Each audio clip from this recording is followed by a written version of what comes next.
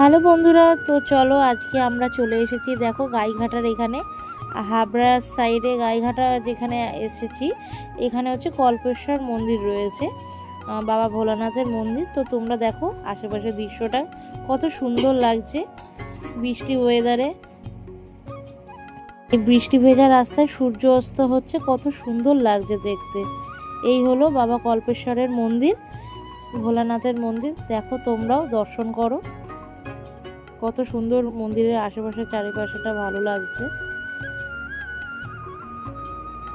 খুব সুন্দর পরিবেশ, মনটা যেন মুগ্ধ হয়ে গেল।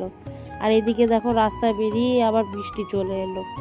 তো বন্ধুরা, তোমরা যদি এখানে আসতে চাও তাহলে হাবড়া থেকে অটো ধরে গাইঘাটা মোড়ে এসে স্থানীয় পাড়া চণ্ডীগড়ে বাবার মন্দির, বাবা কল্পেশ্বর মন্দির এই হলো। তো তোমরা দর্শন পেতে অবশ্যই আসবে।